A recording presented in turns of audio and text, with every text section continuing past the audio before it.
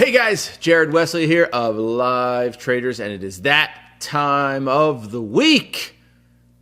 It's lecture time. This week's topic, guys, is scaling your trades and how to take good breakouts. It's a twofold lecture, right? We're going to talk about how you can scale your trades from, say, $5 risk to $500 or $5,000 risk. So that's basically going to show you how you can, say, go from an income of $1,000 to $100,000 to $1 million, etc., through time, and also what it looks like to take a really good breakout. All right, so we're going to teach you a little bit about scaling today. We're going to teach you a little bit about breakouts, because breakouts are one of the single most misunderstood patterns in trading. All right, so that's what we're going to talk about in today's lecture in great detail. Get granular so that you guys can become better traders. I am Jared Wesley of Live Traders. Let's get to it.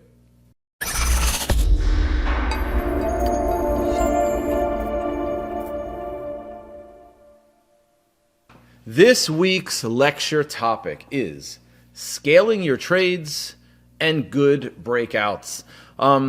I know some people might think, well, this is kind of two completely separate topics, and in some ways it is, but I think it's two very valuable topics. A lot of folks aren't sure what money management really looks like. They come in, they risk way too much money too soon, they end up blowing up their account and having a hard time. So we're going to talk a little bit about where you should start and where you could possibly end up in terms of how you can scale to get from $5 to $10,000, et cetera, and what that looks like. And then we're going to talk about breakouts, because I want to be clear about this.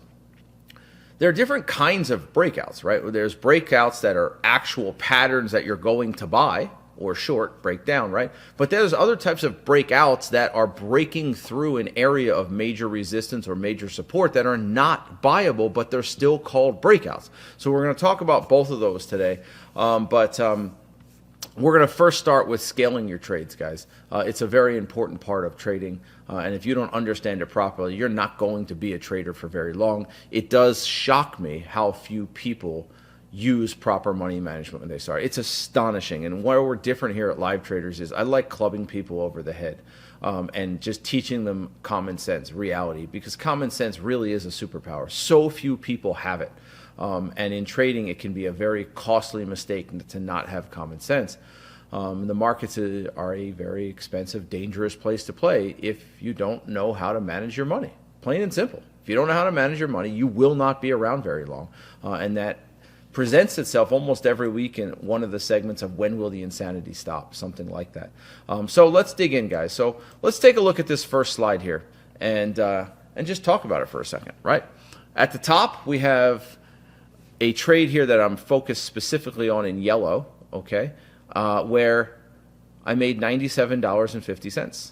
Okay, this trade I made $97.50. You can kind of see it up there on EQIX. All right, you can see how old this is because Facebook was $28, which is going back what, 2008, 2009. How old this is? Of course, I had a lower risk back then, 15 years ago. Anyway, then we go to the bottom of the page, and now the winner is $4,000. But what I want you guys to look at is the gain was roughly $1, right? $223.80 was the buy on the top. $224.77.50 was the sell. So that's like a 97.5 cent gain, right? You gained 97 cents on this trade and made $97, okay? Down the bottom, the gain was just under $1 once again, right? We're in at $91.99. The exit was $92.82. So this was an 82 cent, 83 cent gain. This one was a 97 cent gain. So how in the world does one trade make $97 and the other trade makes $4,000? That's the beauty of trading. This is what is so freaking wonderful about this business. You could take the same stock, the same trade, the same entry, the same exit, the same everything. And the only thing you change is share size, right? That's it. How beautiful is that? Honestly, think about it for a moment. How many other businesses can you literally just change a number on your keyboard and 10x your salary? Honestly, walk into your boss and say, I want 10 times more money. In this case, it's 40 times more money. None. There are really very few businesses that you can go into and just like Press a button. You can't go into a restaurant and be like, you know what? I don't want to charge $15 for a hamburger. I want to charge $150 for a hamburger. Well, you're probably going to have 10 times fewer customers, so you don't really gain anything. But in trading, you just change the number of shares that you buy or sell. This is how beautiful this business is, because it allows you, when you're ready, to increase your risk, which increases your potential profitability. So again, one trade makes 97, one trade makes 4,000. One trade has 100 shares in and 100 out. One trade has 4,400 shares in and 4,400 shares out. So when you guys see Unmul making $2,000 or $3,000 or $4,000 in a day, and you see Cass today, he made $6,250 today. You know why? Because he's taking 40 or 50 contracts where you're taking 4 or 5 contracts. You might even be taking 1 contract. My point is, he's taking 50. You're taking 5. But you're doing the exact same thing. Doesn't that give you hope for the future? I know for me, I look at that and go, wow, this is amazing. All I need to do is add more shares, right? Assuming the stock has the liquidity. But that should give you huge hope for the future, to know that you can come in every day and do the same thing, but just change one number and 5x or 10x your profitability. Again, I think it's amazing. I think it's incredible. Now, obviously, with doing that comes responsibility, which we'll talk about on the next slide after this one. We're going to talk about responsibility because Elmer Fudd gunslinging is unacceptable, right? But take a look at this trade. It's a trade on ANET that taken not that long ago, a week or two ago. Okay, we shorted the low here, the engulfing of the bottoming tail here. Entry was 144, stop was 145.50. Look at the beautiful gap. Gap's under support and just keeps on going lower. This is a $3,000 trade. Some of you are making $300 on this trade. Some of you are making $30 on this trade. Some of you might be making $3. Heck, some of you could be making $30,000 on this trade for all I know. It's just a product of share size. That's it. It's a $1.50 stop loss. So if you want to buy 1 share, you're risking $1.50. If you want to buy 1,000 shares, you're risking $1,500. You want to buy 10,000 shares, you're risking $15,000, right? So it's just a product of share size. But what doesn't change? The entry price, the pattern, the gap. You're still looking for the same type of gap on this. You're still looking for that same entry price. You're still using the same stop loss. It's amazing. Larger risk is going to give you larger returns, but a larger risk could also help you lose money faster, right? Give you larger pullbacks, larger drawdowns if you're not careful. And that's what we're going to talk about here on the next slide, all right? What is realistic? Common sense is a superpower, guys. It really is. I know you guys all think you have it. It's like drivers. If I polled most of the people in the room, you'd tell me you're a good driver. It's statistically impossible for you all to be good drivers. Yet in a recent poll done by State Farm, 94% of drivers said they were good. It's impossible. 94% of people aren't good at anything. Not even walking, talking, and breathing, 94% of people aren't good at. So when it talks about common sense, what I mean is realistic, being objective. Now, you don't have any experience. Why would you come in and risk $1,000 or $10,000 per trade? You wouldn't go and, I don't know, go to Tiger Woods or Dustin Johnson or Phil Mickelson or Jordan Spieth or Rory McIlroy, and you wouldn't bet them $10,000 a hole in golf, would you? You'd be like, well, that's dumb, Jared. I'm going to lose a lot of money. Well, what makes you think trading is different? What makes you think that you can come into this business with little to no experience and just risk all the money you want to risk? Just because you have hope for gain doesn't mean it's realistic for you because of your level of expectation or your level of experience, right? So I always try to tell traders, be calm when you start. Do not let your expectations exceed your experience. And most people do. They come in thinking, well, in 3 to 6 months, I'm going to be killing it. And I ask them, well, why do you feel that way? Because it has to work that way. I just quit my job, or I just got laid off from my job and I have a severance package. Or, so-and-so on Google told me I could. They're lying to you. There's nowhere else in the world that you can be great at something in that period of nothing, not even cooking, nothing. There's nothing you can be truly great at in 3 to 6 months. You might get good at something, but you can't be great at anything in 3 to 6 months. Okay? So when you take a look at this, what is a reasonable return for a retail trader, a retail account? Well, if assuming there's 240 trading days in a year, and your goal is to make 1 hour per day, that's the goal. 1 times your risk. So if your risk is $10, your goal is to make $10 that day. If your risk is $10,000, your goal is to make $10,000 that day.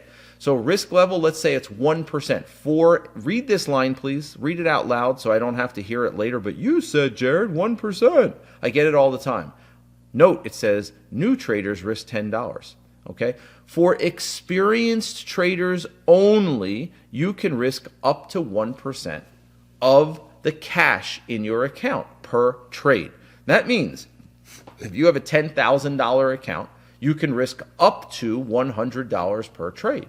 That means if the trade doesn't work, you lose $100. If it does work, you make $100, $200, $300, $400. If you have $100,000 in your account, you can trade up to $1,000 risk. For an experienced trader, a profitable trader. A new trader will risk $10 no matter what size their account is. They will risk $10. Okay? Do not paper trade for a few years before going live. Do not paper trade for a few years before going live. One more time. Do not paper trade for a few years before going live. You want to learn how your platform works. How to buy a stock, how to short a stock, how to place a stop loss, how to place a limit order, how to place a market order. You want to do that. That's 2 to 4 weeks. 2 to 4 weeks. Then you are going to trade real money immediately. $5 to $10 risk immediately. After you learn your platform, you have to know how to place an order and get out of it. Then you will take $5 or $10 risk per trade. Why? Because paper trading is not real. The emotions aren't real. The fills aren't real. There's nothing real about paper trading. Why would you waste 2 or 3 years paper trading when it's not real?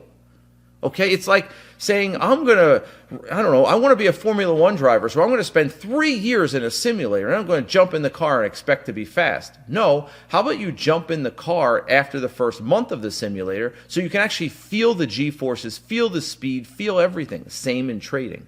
You want to go live as soon as you understand how to use your platform. Go live. $5, $10. Feel the emotions. Feel the ups and downs. Feel the pain and frustration. Paper is not real. It gives you a false sense that you're doing better than you really are. Hence the phrase, I've never met a losing paper trader. Hence the phrase, I've never met a losing paper trader. Happens all the time. They go to real money like, Jared, I don't know what happened. Yeah, because you're taking 10 trades a day on paper and it doesn't matter to you. So back to the point at hand. Risk 1% for experienced traders, and your goal is to make 100 to 300% per year. That's your goal, 100 to 300% of your cash account per year, okay, per year. So if you have a $100,000 account, the goal is to make 100 to 300 grand per year. If you have a $500,000 account, your goal is to make 500,000 to a million, 1.5 million per year. And some of you are going, that's it? That's an effing lot of money. 100% return, 200% return. Guys, do 100% return compounded for 5 years. It's a lot of money. All right? And if you're making 200 or 300%, you're a rock star. It takes you 2 or 3 years to have a lot of money. All right? And this is what I mean. You're not going to just come in here and become Bill Gates overnight. It's going to take you 1, 2, 3 years to get really good at this. Maybe more if you're not disciplined. Okay? Don't kid yourself, man. Stop watching Google ads. These returns are phenomenal. They're outstanding. Okay? You're not going to take $143 and turn it into $1 million in 37 days. I don't care. You should see some of the ads out there. It's unbelievable. It's downright like egregious. Like it's shameful what some people are pitching out there. This is a business like any other, okay? If you've never boiled water before, are you going to be at the French Laundry at a Michelin star restaurant? No. The answer is no. They will never let you cook for them. You don't even know how to boil water. That is you in trading. You don't know how to boil water. So you don't deserve to have a Michelin star next to your name. That's how you work your way up when you get up to that 1% risk level. So do not put your expectations before your experience. And I have a big news flash for you. The world doesn't give a shit about your circumstance. Let me repeat myself again because I love doing so. The world doesn't give an flying F about your personal circumstance. Baby needs new shoes, got a mortgage to pay, I'm laid off, but nobody cares. Nobody cares. So don't use that as an excuse on why you need to risk 1% or 0.5% or why you're doing foolish things. You can't put the cart before the horse. Okay, you have to go systematically, step by step to be good at this. New traders should risk $5 or $10 per trade. And then when your statistics suggest you should, then you raise your risk to $20 and then $30 and then $50 and then $75 and then $100 and then $200 and then $300. You're like, but that could take a while. No shit. It's supposed to. Guys, if you're a 9 or 10 or 12-month-old baby and you just started walking and I put you up against Usain Bolt, you're laughing right now. You're like, well, Jared, come on, man. Come on. No, you don't understand what I'm getting at here. This is why my voice raises when I say, you don't get it. You are up against Michael Jordan every day and you've never picked up a basketball. You're up against the world's best traders, high-frequency trading firms, AI, Goldman Sachs, JP Morgan, and you think that, what is his name, Jamie Simons, who's worth like 20 or 30 billion dollars and is like 80 years old and has spent the last 60 years honing his craft, and you're going to come in with 60 days experience and think you're going to beat him? What are you, nuts? Yes, you are. This is what I mean by common sense being so rare that most of you right now are like, yeah, it makes sense, but you don't understand, Jared. You just don't get it. No, we all get it. You don't get it. So I spent a long time on this slide harping things, and some people might not like my tone and might not like my in-your-face approach and attitude. But I can tell you that one person who's tougher than me is the market. The market, I'm a cream puff compared to the market. So if you don't like what I'm saying, go out there. You go risk 2% of your account as a brand new trader. You get back to me and tell me how that goes for you. It's not an if, it's a when you're going to blow up your account. It's the best advice you'll ever get. So stop listening to all the bullshit online because it's just bullshit. They're just trying to take your money by saying, oh, look at this. It was possible. Notice how they use the word possible. It was possible to make $97,000 on this trade with just a $500 investment. Unbelievable. And you guys buy it hook, line, and sinker, right? Maybe that's why my YouTube channel is not as popular as it should be, because I tell people how it is, and people don't want to hear how it is. They want to hear fantasy land. You don't live in one. You live in the real world, and the market's a very challenging place to play. But when you do gain a level of expertise and you gain a level of experience, you go, well, how will I know? Well, your trade tracking spreadsheet, part of today's special, by the way, trade tracking spreadsheet, will tell you that. Your tracking spreadsheet will show you the empirical data that says, you know what? Alvin's a great trader. Joshua's a great trader. Damien's a great trader. Now you're allowed to raise your risk. Trading Plan Essentials will help you build a trading plan. And what will that do? Inside your trading plan, you will have rules to raise your risk. And your trade tracking spreadsheet will let you know if you're following those rules. Oh my gosh, Jared, that just makes way too much sense. Wait, so I can go get a 2-hour course, read a book for a very cheap amount of money, and it'll teach me how to build a trading plan. It'll teach me money management. It'll teach me some trade management. It'll teach me when I'm allowed to raise my risk. And then the trade tracking spreadsheet, which tracks all my trades, will let me know when I've achieved those goals in my trading plan. Oh my gosh, slap me silly. And yet, many of you won't do it. It's astonishing to me, but that's okay. I say it all the time, and some people don't like me when I say it. I'm just being honest when I say this. So please, you can shoot the messenger because I'm saying it, but I'm just being honest. Anytime that I meet a lazy person, anytime that I meet an idiot, anytime that I meet somebody who lacks common sense, anytime I meet somebody who just doesn't want to listen, I smile inside.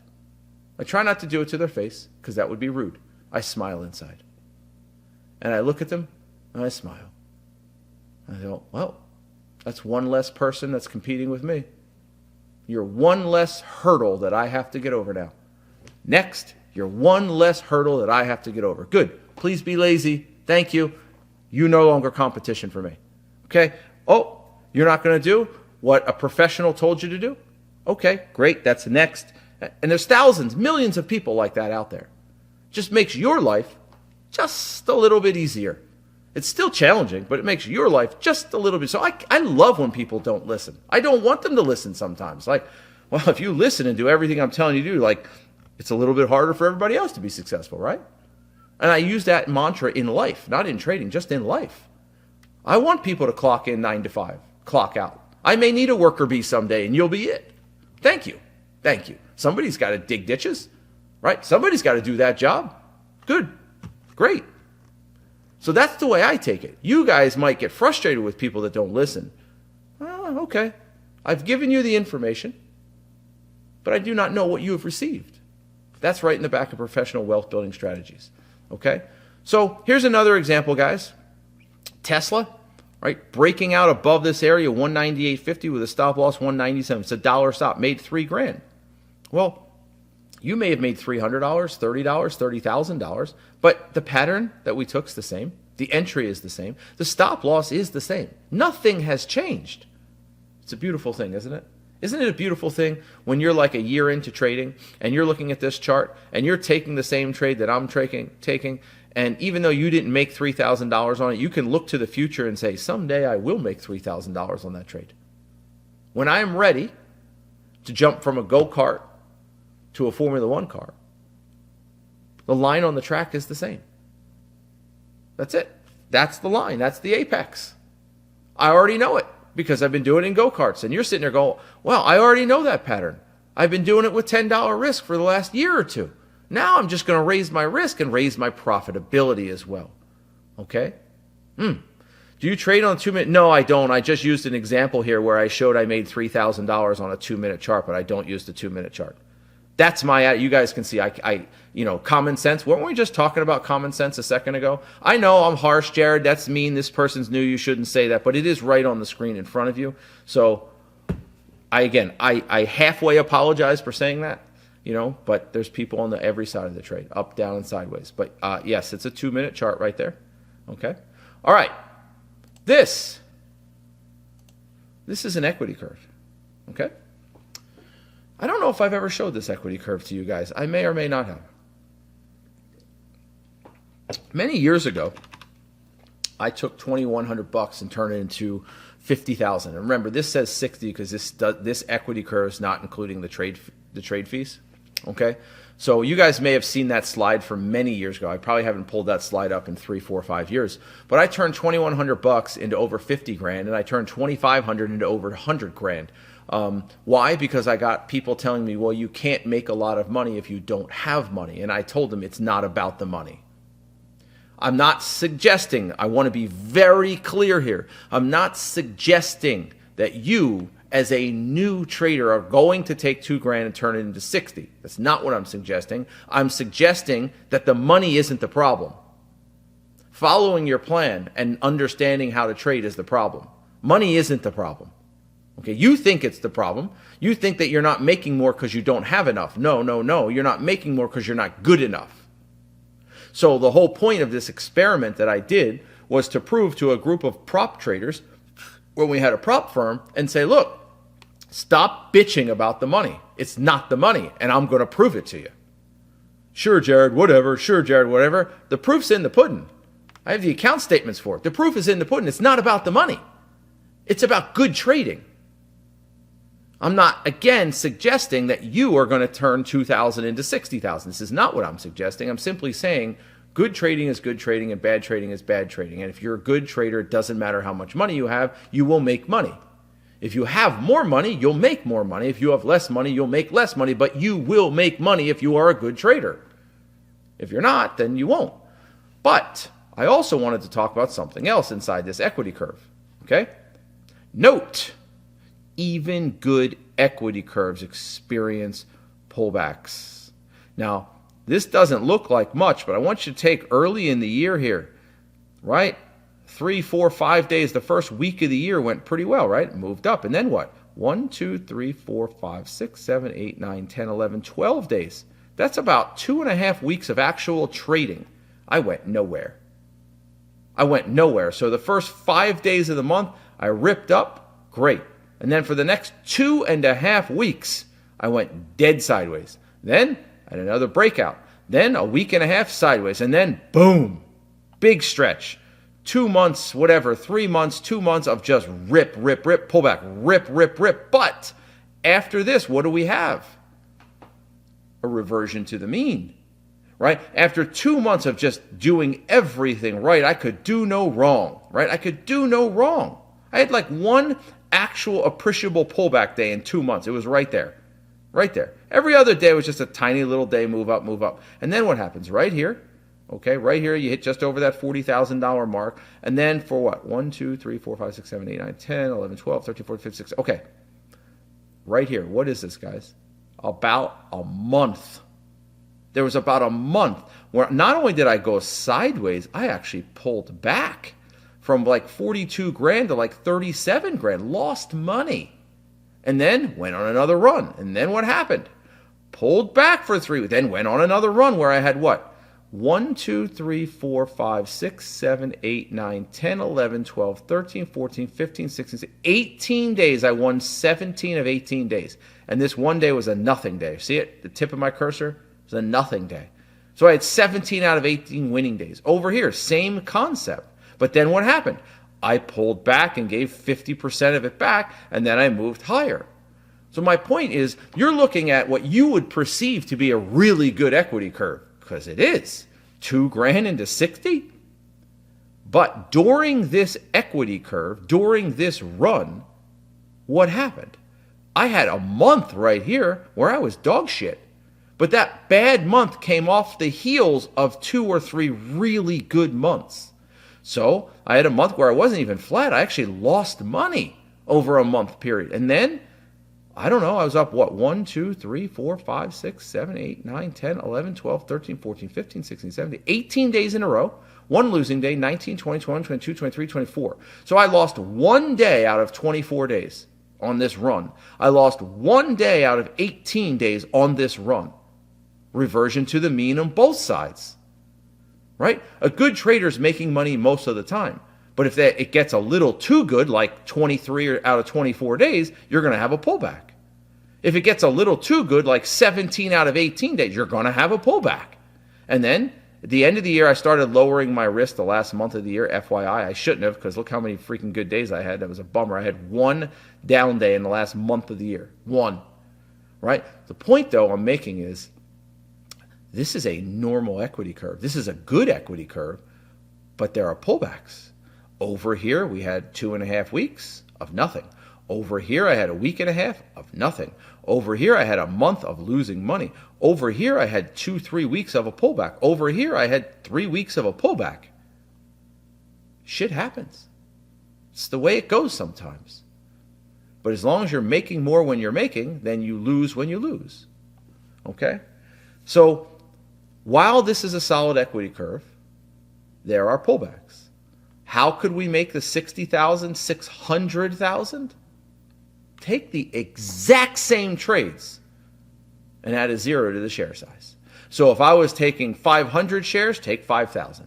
If I was taking 1,000 shares, take 10,000. So that's how you turn a $60,000 equity curve into a $600,000 equity curve.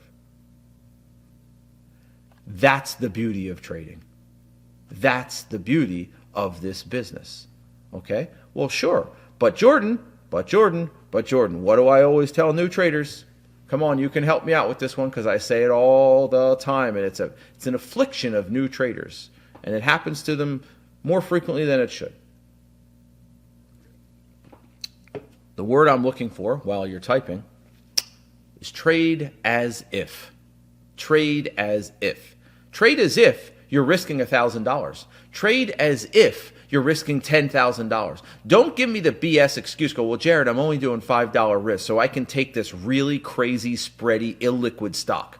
No, you can't, because now you're developing poor habits. I want you to trade as if you're risking $5,000, $10,000. Trade stocks that can handle liquidity or have liquidity, and they can handle share size. So that when you go from $10 to $100 and $100 to $1,000 and $1,000 to $10,000, there are many steps in the middle, okay? You won't have to change your approach. You don't want to trade illiquid stocks so that you have to change your approach later. That's right. You're exactly right, Scott. Get in the habit of trading liquid stocks. Get in the habit of trading liquid stocks. Okay? At least 1 million shares a day, Vincent, but even that sometimes is not enough. At least 1 million or 2 million shares a day. All right? We want liquidity like Google has, or liquidity like Microsoft, or like Tesla, or like Apple. That level of liquidity. And with really good gaps, you'll frequently get that level of liquidity. Okay? I know you can, Jordan. You should, and you should have done that this time instead of saying assuming liquidity presents itself. You had a little brain fade there for a second. You know? I expect more of you. I'm kidding. Just messing with you. I don't need any more emails of thank you for apologizing to Jordan, Jared. Okay? All right. So, let's talk about reasons that breakouts fail. Poor location and poor quality. They are really the two biggest reasons. Poor location and poor quality. So, how as in, how did it get there? And where as in, where is it on the chart? All right, where is this breakout happening, and how did that breakout get there? Today, we're going to talk about location. All right, so let's do that. Whoops, wrong slide, my bad. There it is. We're going to start off by talking about what not to do. All right, I'm going to start off with the negative, which I don't often do, but today I'm going to. You know, I don't like that in this font. Let's change that font, guys. Well, let's do that. There it is. That looks better. We just got to make it a little wider. There we go. All right. That looks better. Okay. Let's look at what not to do. Okay. This, while technically speaking, this is a breakout. It has broken above a resistance area. However, it has done so after 1, 2, 3, 4, 5, 6. The seventh bar is the breakout bar. And I would bet money that there's somebody in the chat room that would see this stock and go, Jared, what do you think about XYZ stock over $66? Well, no, the answer is no. It's up 7, 8 days in a row. And while it is breaking a pivot here and here and here, it's too extended. What would we like to see from this stock? In a perfect world, if you could perfectly design this stock right now, again, you can't change the past. Knowing you can't change the past, what would be the best thing we would love to see happen on this? Jordan says a couple days of rest, which is rare. I would slightly disagree with Jordan there. It's going to need more than a couple days, in my opinion. I would like to see this stock continue up to like 68 and then pull back to like 65. I would love to see the stock continue a little bit higher, right? It's at 66.52. I would love to see it go a little higher, 67, 68, like really break this area, like make sure you're over the area, and then pull back. So anywhere between $64 and $65, right? Anywhere between 64 and 65. So go a little higher or pull back. Now, could this stock rest for 4, 5, 6 days and then go higher? It could. But it's going to take a pretty good amount of resting period because it is up 7 days in a row, and the most recent days are wide range bars. Okay? But I want to be clear. By definition, this is a breakout. It's just not a tradable breakout. And take a look over here on the lower time frame. This stock rips higher from 65 up to 66, and some of you are looking at this going, ooh, look at that intraday breakout. It says good entry? No, because it should say this, good entry with a question mark. And no, it is not a good entry. You're not buying this when you look at this. Remember, top-down approach. You always start with the higher time frame first. Start with the daily, start with the 60, sometimes start with the 15-minute, but start with the daily and the 60. And if they're not good enough to trade, neither is the 5-minute. Use that forest from the trees analogy that I tell you guys so frequently. Many of you are so caught up in the leaves and the branches and the bark of the trees that you don't see the forest around you on fire. That's a problem. That's what's happening here. Somebody might take this breakout at 66, not looking at the forest around them on fire. and that it's going to bite them. And this stock ultimately did pull back. Thankfully, it never triggered over 66. But if you were thinking about taking it at 66, you need to think twice. Think 3 times. Think long enough to the point where you don't take it, okay? But this is what you don't want to do, okay? Let's take another look. Here's another example of a stock that is up 1, 2, 3, 4, 5, 6, 7 bars in a row. And it then begins to consolidate on the lower time frame, all right? So over here at 38.30 or 38.40, whatever that is, starting to consolidate. And again, this should have a question mark, okay? I don't want to make a statement. I want it to be a question. And you ask yourself, well, it's about to break above 38.40. I know it's not above everything, but look, it's breaking out. It's breaking out. Where is it coming from? Well, it's coming from a pivot low. Okay. How did it get there? It got there after an extended move. So you're not going to take this. There's no way you're taking it. Bounces, pulls back, bounces, and pulls back again. This trade would have stopped you out. This is not. This is how to do it right. Look at I need to spend more time. How to do it wrong. My goodness, Jared, you're killing me today. Let's go back to the last slide real fast. Oh, good, something to think about. Okay, good. All right. Man, a lot of mistakes in this one today. Whoops. Okay, sorry about that. All right. So this is how to do it wrong. This is how you don't want to do it, okay? Then we go here. What about this? Now, normally you would look at this at 385 and you think this isn't bad. I have some room, some tradable void, okay? But now you're up 1, 2, 3, 4, 5, 6, 7 bars up into an area of resistance. If it breaks 395, 396, it's technically a breakout. It's just not a good one. Because how it got there is overly extended. You just ran a marathon, and you're not likely going to be able to run a second marathon after you just finished the first marathon. So don't be tempted to buy this unless or until it rests through what? One of 2 ways. A correction through price or a correction through time. A time correction is a consolidation. A price correction is a pullback. This is not where you're buying. This is where Cass comes in and says, guys, I'm taking puts on Apple. I mean, it's exactly where he's going to sit there and go, this is where I'm taking puts or whatever. But the point simply is, this is not the area to initiate a new trade. Not yet anyway. Not yet. Okay, it's not ready yet. Okay? Why would you prefer, hold on, let's go back. You got to ask the questions when I'm on the slide, not 3 slides later, so I don't have to go back 3 slides. I was on it for a few minutes. But anyway, why would you prefer a pullback into 64, 65, which is below the breakout level? Wouldn't be better? No, because it's not a deep enough retracement. This is why I want it to go a little higher and pull back a little bit deeper. Because if it has a shallow pullback to 66, Edwin, it has not rested long enough. I'm not worried about this area anymore after it pulls back, right? Meaning, after I break above that area, remember, it's a 40 to 60% retracement. There are no exact pennies here. Because I could honestly, Edwin, say this to you. Well, isn't that resistance also? I just made the red line lower now. Right? I just did. I just made the red line lower. So now you say, well, but now it's 65.47. It's an area, man. I'm not looking for an exact penny. It's an area. There's nothing exact about it. So I would rather see, in this case, pull back a little bit more so I know that it's rested properly. Clearly, on volume, there's enough power to get through a triple top here. So when it does pull back to 64 or 65, I know it's rested long enough. Right now, if this thing pulls back to this red line, what's that? A 10% retracement? 20% retracement? We've already had lectures on that concept. It hasn't rested long enough. It's like me saying, hey, you just finished the marathon. I'll give you a 5-minute break before you run the next one. Instead of giving you a full day or 2 days rest or a week's rest, I'm going to give you 5 minutes. It hasn't rested long enough, right? We've done lectures on that concept.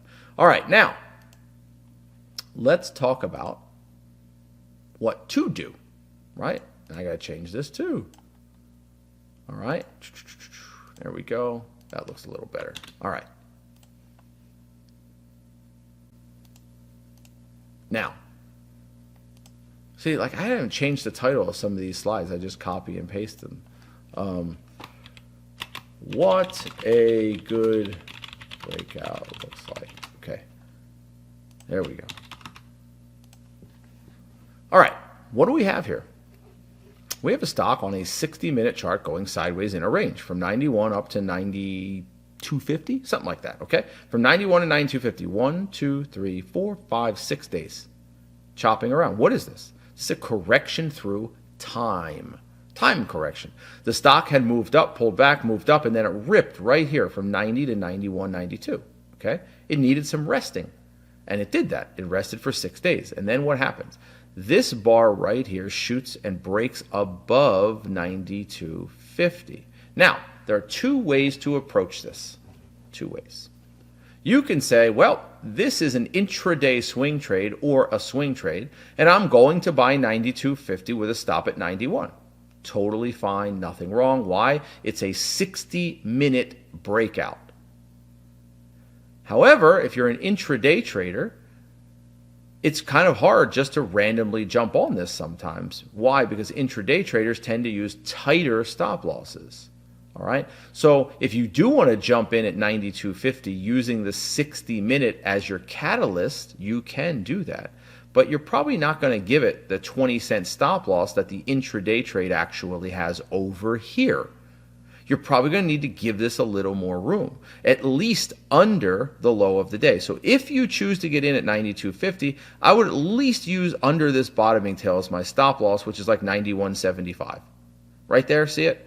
I would at least use that as my stop loss. Okay? Now, if I were swing trading this, I would give it under the base, and then I would look to add back on something like this intraday 5-minute 3-bar play, or maybe it's a 15-minute 3-bar play. Okay, I would look to add back. So if you wanted to swing trade this and add, I would buy it at 92.50 with a stop at 91. I would add at 93.50 and raise my stop to the low of the day, 91.75. So I gained 75 cents on the stop loss. And my cost average will probably go up to about 93-ish, something like that. Okay, so I cut the stop out a little bit. Maybe I got a 20% better stop loss. If you want to intraday trade it only, then I would use 93.50 by 93.20 and then let it rip. Now, could average trading range be a concern?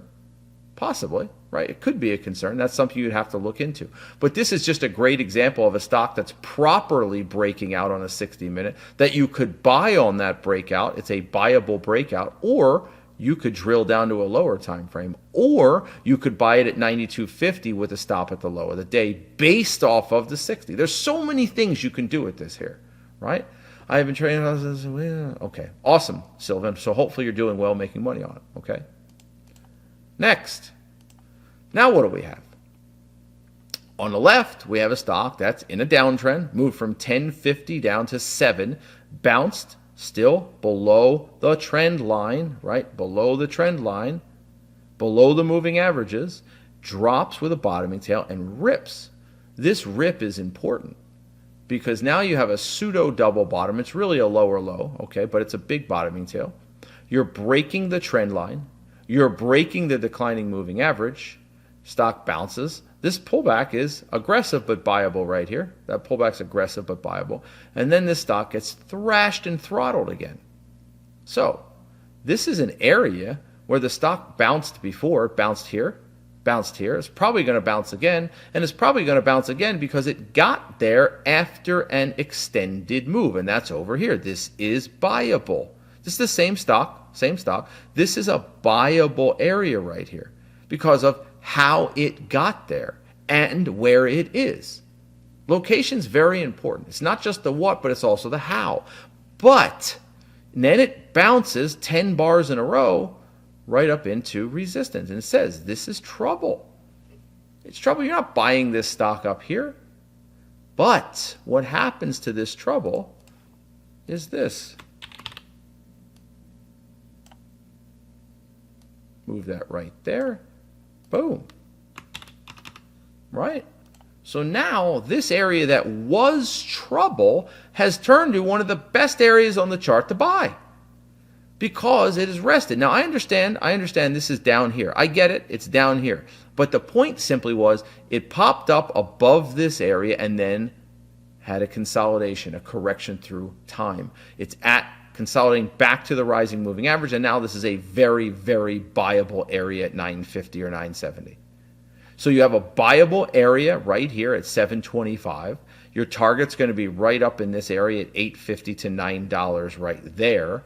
And then it moves a little higher, so it breaks above resistance. And then you either stay in the original trade and add to it, or you get out of the original trade at $8.59 and get back in at $9.70, stops like $9.20 and write it back up. Over here, not ready. Over here, ready. There's a difference. There's a big difference. This stock was nice enough to give you an opportunity to buy it, though, on this pullback, and another opportunity on the breakout. All right? So, another example. All right. What would make the first pullback less aggressive? What do you mean the first pullback? This initial pullback over here, or the second one with the bottoming tail? You have to be clear. Which one are you talking about? The very first one or the bottoming tail one? You said what would make the first pullback less aggressive? The first pullback is technically on the left-hand side here. You never buy the first pullback. All right, if you're talking about this area. The one around 850, there's no world you're buying this at 850. I'm not sure what you mean, Abed. There's no world in which you would buy this at $8.50 because now you have a double top right above you. You need this to at least get to $9 and consolidate. There's no world that you would buy this at $8.50. All right? Because again, take a look, the pivot to the left and the pivot to the left are both above $8.50. So you're not going to buy under the resistance point when it's a double top, especially after an extended move. But nonetheless, even if it consolidated, it's still challenging because it has yet to break the resistance point. All right, so now, Google. This is a stock that is in a daily buy setup, all right? And we know that there's problems up here, okay? There's problems up here, but we don't have to deal with those problems until we get past like 106, 107. Well, this stock has a little mini retest. If you were to go to a 60-minute chart, I should have put it on here, I apologize, but if you were to go to a 60-minute chart, there's a little mini retest here on the daily, right? Bottoming tail here, right there's the retest right there. Then you have a swing trade entry right here at like 101.50 and room to like 106. Well, I didn't want to swing trade it. I wanted it as an intraday trade. So when it triggers the daily buy setup, now the job is to drill down to a lower time frame, right? Triggers the daily buy setup and now drills down to a lower time frame. This case, it's a 1-minute chart. It has a little double bottom 1-minute retest, moves higher, okay, and then has this area struggling to break at 102, right? When it finally breaks that area, it becomes buyable. This is a buyable breakout because it's rested long enough and it's not extended and it's inside of a daily buy setup. You're getting that multiple time frame analysis that we frequently talk about. You want to give it a little bit of room, I'd give it 101.50. Stock pops, chops for a little bit, and then rips and goes up to like 103.25, gives you 2.5 to 1 on that move. But this is the proper way to buy it because you can see it's kind of capitulating here. It's resting. It's fighting the good fight. There's that tug of war that's going on, buyers and sellers, buyers and sellers, buyers. But note, the buyers are slowly winning the game because the stock's grinding higher. And then it finally breaks over this threshold. You buy it there and put your stop down here. Okay? How good is that buy setup? It's okay. It's not the world's best buy setup, but the positives are it had a double bottom retest near $100. That's very positive. It is above the 200 period moving average, and it has room to go up to here. So if you wanted to take this intraday trade and turn it into a swing trade, a short-term swing trade, then I would be okay with that. If you wanted to take this as a pure swing trade, mediocre. It's not bad. It's just not great. But the best way to trade this would be to take this breakout at 102, put your stop down here, and if it closes the day strong, right? If it closes above 103, 104, then hold on to it for a next day gap up and sell it at 105 to 106, maybe 107, whatever that area is. All right, now, let's break this down a little more. So what we have here is a few examples of good and bad areas. And I would highly recommend, guys, I know I say it a lot, but it needs to be said because there's new people watching and old people forgetting. All right? take a piece of paper and go bar by bar over your charts. Go bar by bar. You know, for example, and I've done this before, so it's not new, but you take a box and go like this and just go bar by bar. Start there and then move it over a bar, right? And then move it over a bar. And then move it over a bar. And as you're moving it over each bar, you're trying to predict the future. That's your job. That's your goal, to try to predict the future. Okay? Because when you see the future, you say things you wouldn't have otherwise said. You think things you wouldn't have otherwise thought. All right? And this is a good exercise to do with a trading buddy or a trading partner. Have them give you a trade they took, but put a piece of paper over it and you go over it together. Because when you know the result beforehand, it changes your opinion. It does. It just does. Okay? 1, 2, 3, 4, 5, 6, 7, 8, 8 or 9 days up. Right? This is not the area to buy this stock. It's not. This topping tail told you that. Gaps up one more day, I'd be looking to short this thing. Pulls back, moves up, pulls back, moves up. Again, 1, 2, 3, 4, 5 days up at resistance. Not the area to buy the stock. Pulls back, bounces, pulls back, and then it moves higher right into this resistance area. But note, you're not buying it right here. You want to bet somebody would tell me that's a 3-bar play right there? Somebody would be like, oh, Jared, look at that 3-bar play on the daily. I'm like, well, no, it's under resistance. The igniting bar should have broken above resistance. It did not. It left a topping tail. So now the goal is time. Give it more time. And in this case, it gives you the time you're looking for, and it rests for 2, 4, 6, 8, 10, 12, 14 days, like almost 3 weeks. This thing rested for. And then, boom, there's your wide range igniting bar, and there's your add area. That's professional trading. Right? Take a look at this. You're at the prior pivot high, but you now have gotten the resting period required to move higher. You've ran the marathon, but now you've gotten your week or two's rest that you need. You're feeling real good. You've had your pasta dinner, and you're ready to rock and roll. Bam, higher. Rest again, bam, higher. That's professional trading, waiting for your pitch, not buying them after the 6 bars up or 7 bars up. Okay? And I agree with Cass. Take a look at the volume, right? Take a look at the price action, but hide the future to as much extent as possible, because the future clouds your vision. And to be fair, when you're trading, you don't see the future. Go bar by bar. Really learn this stuff. Like when you breathe and you walk, you don't think about it. We call it unconscious competence. That's how high you need to learn this stuff. Okay? But over here, we have a good breakout and a good add area. Over here, we do not. You could call it a breakout because it's breaking above resistance, but it's not a buyable breakout. There's a difference. Would that be a valid 4-bar play on the left of the chart, even though it failed? Are you talking about right here? This one would be challenging. Does anyone know why I would call this a challenging 4-bar play? Does anyone know why? Where my cursor is right there, that 4-bar play, 3-bar play, why would I consider it challenging?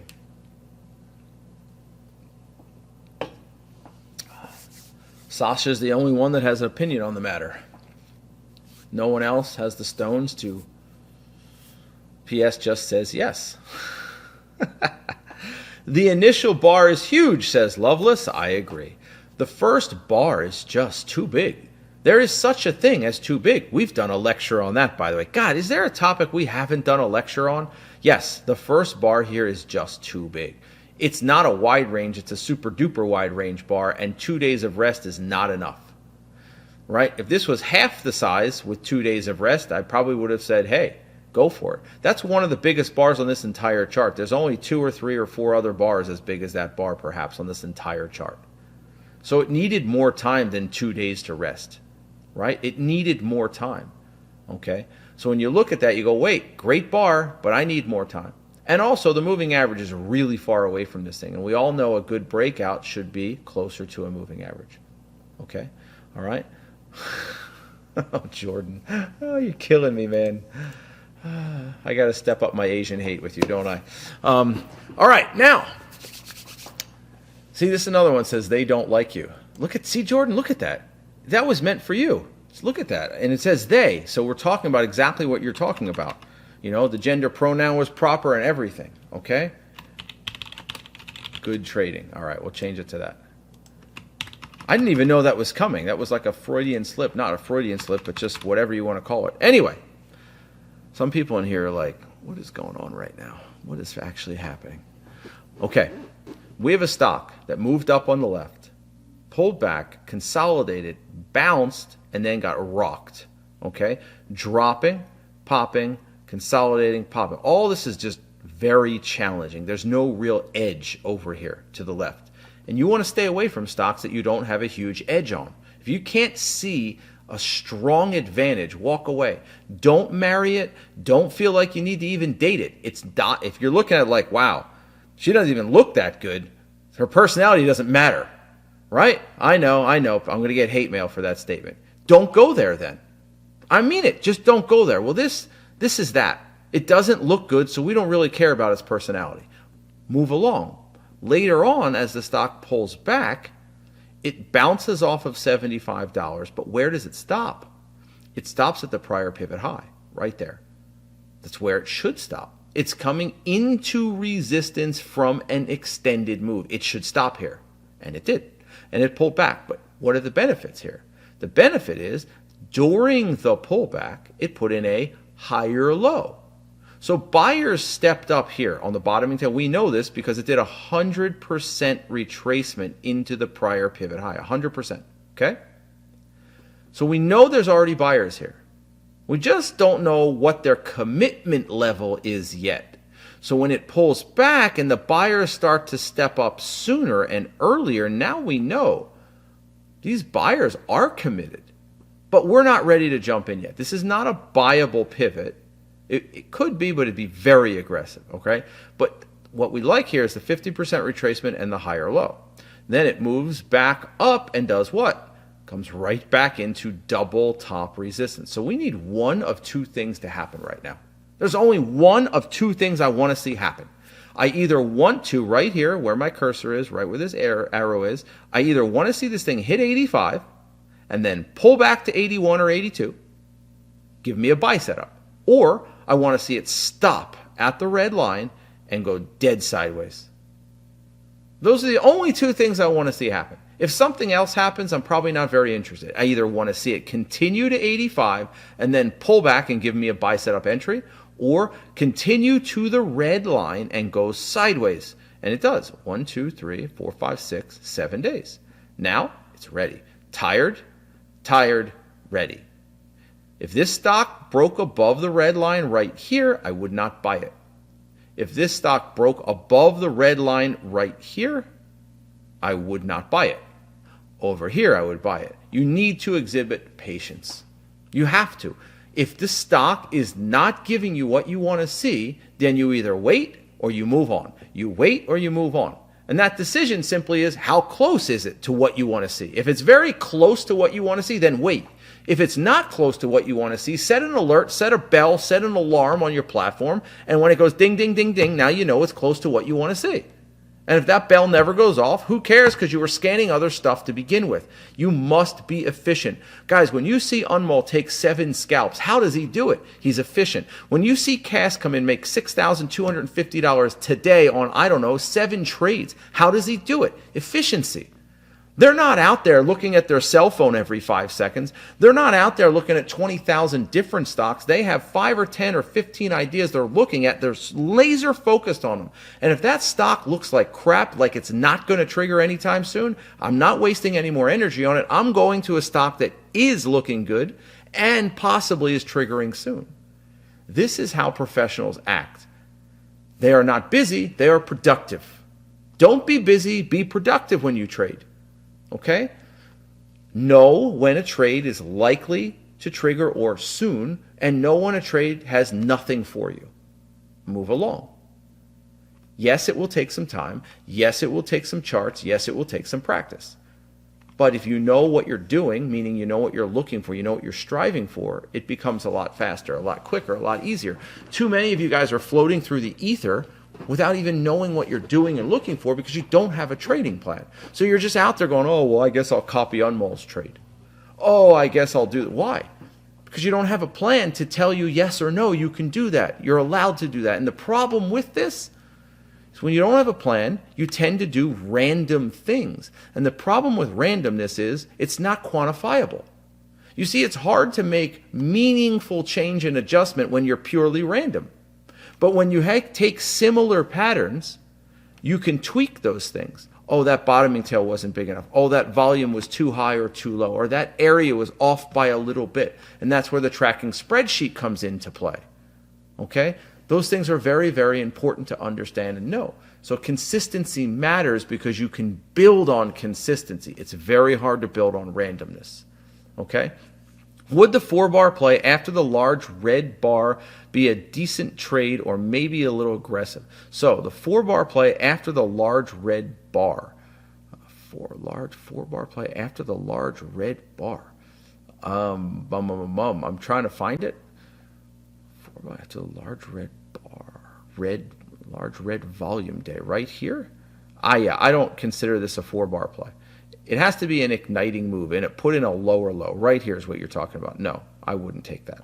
Now, if you're scalping something, you could probably get away with that. So expectation would matter. But would I buy this for a move back to this pivot? Heck no.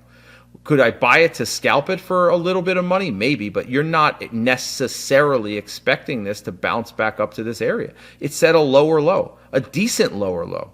Right? This is the area where we would have expected. And here's a great example. I'm glad you brought that up because here's a great example. Remember we just talked about doing this? Okay? That's the area I would have expected buyers to come in. Right? Why? Multiple bars down with a bottoming tail, bounced shallow, and then the bottoming tail right there is roughly an equal low. It's slightly lower low. It didn't bounce very much here. It didn't bounce very much here. And this is where you're going to go. Whoa, what did I just do? Whoops. Oh, this is where you're going to go bar by bar. Bar by bar. Oh, look at that. And it would have failed. See what I mean? And now over here, sure, you have a little more, confirmation, right? Big volume, ending volume, bottoming tail, but you could scalp it. But I'm not expecting a move back to that prior pivot high at this point because it put in a lower low. So I would expect a lower high there. And again, I say this all the time to traders. You don't need to be that aggressive. Ask yourself, why this trade? Why am I focused on this trade? You don't need to be that aggressive. You just don't. There's always something else out there you can trade. All right, this is a beautiful intraday breakout. Okay, note the 60-minute chart is moving below this area of support. It's been defending the 54.50 area once, twice, 3 times, 4 times, 4 or 5 times. It's been defending that area. Finally breaks above it. Below it, my bad. Finally breaks below it and gives you this. The heavens open up, the skies open up. You're like, that's amazing. And then 54.50, 15-cent stop, ridiculous volume. I mean, stupid, ridiculous volume compared to what the stock normally does. And then just drops, pops, and man, gives you a $1.50 move on a 50. That's a 10-to-1 move. If you risked $1,000, that's a $10,000 trade, assuming, of course, you rode it to the low, which most of you wouldn't, and I wouldn't either. Okay? But the possibility was there. And the reason the possibility was there is because the 60-minute chart had room all the way down to $53. Right? This is possible only because of the higher time frame. That's good trading. That's multiple time frame analysis using a clean pattern. And yet some people, and this is important, some people are stuck on wanting to buy the bottom over here. Why? Right? Why? There's no reason to be that aggressive. There's no need for it. So don't. Right? And then you have this. Stock that's chopping, staying right around 199. 199.50. What do you get right here? Consolidation, rip. What is this? Why did I bring this up? Why did I put this slide on here? Because all these, see these little lines here? The short little lines right there? Over here, right there? That's all pre-market data. Pre-market data. This is a breakout based off of pre-market data. I love this little shakeout bottoming tail. Beautiful consolidated rip. You're done. You're Cass today. Cass took Tesla in the pre-market, made 2R. He's like, I don't even have to really wait for the market to open. I'm actually done. Or take it in the pre-market, let the market open, take your money and run. Now, I would only recommend this for experienced traders taking some pre-market shares, because you can't put a stop loss in, you have to physically watch it, and new traders aren't very good at that. But this is actually pre-market consolidation, a pre-market breakout. I love the shakeout picture of money, but it's in the right area, it's in the right spot, and as soon as the market opens, it goes from 199.50 to 201. I mean, it's a $1.50 move in, I don't know, a couple minutes. Pretty nice, right? Pretty nice. So not all breakouts have to be in normal trading hours. And this would have been a nice breakout right here, right there, but it never triggered, right? It never triggered, okay? And then pre-market gives you the shake, and then it triggers right as the market opens, bam. So you nibble some pre-market, and boom, market opens and it rips, okay? So guys, girls, people, whatever, sentient beings, I hope that you guys learned a little bit about risk management, understanding that new traders should risk small amounts of money, okay? Very small amounts of money, $5 or $10 a share. You have not yet earned the right to risk more than that. Remember what I said earlier. The market doesn't care about your personal situation. It's irrelevant to the market because the market doesn't know you, all right? So risk small amounts of money. But the beautiful part about this is the better you get at psychology, the better you get at patterns, the better you get at trade management, all you have to do is start adding zeros to your shares. You go from 1 share to 10 shares, 10 shares to 100 shares, 100 shares to 1,000 shares. But you do not have to change your approach to the business. There's almost no other business that allows you to do that. You can't just go to your boss and be like, I want to double my salary. What do I need to do? He'll laugh at you and go, I don't know, stay here for 10 more years. That doesn't have to be like that in trading. So be smart when you're new. Risk small amounts so you'll actually still have a trading account by the time you actually understand how to really trade. And then when you learn how to really trade and your trade tracking spreadsheet suggests it's okay, you have the empirical data, you're consistently profitable, then you slowly raise your risk. And Trading Plan Essentials will tell you specifically when you should do that, right? The benchmarks you need to hit to do that, okay? And then we just also talked about breakouts.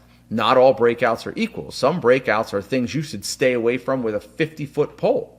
Other breakouts are juicy and you should be trading them. So how it got there and where it is matter. The volume matters, the market conditions, a lot of things that matter.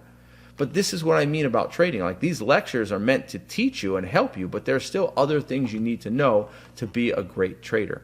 All right, so I hope you guys learned a bunch. I hope it will help you be more profitable traders. I'm Jared Wesley of Live Traders. We'll get back at it again next week.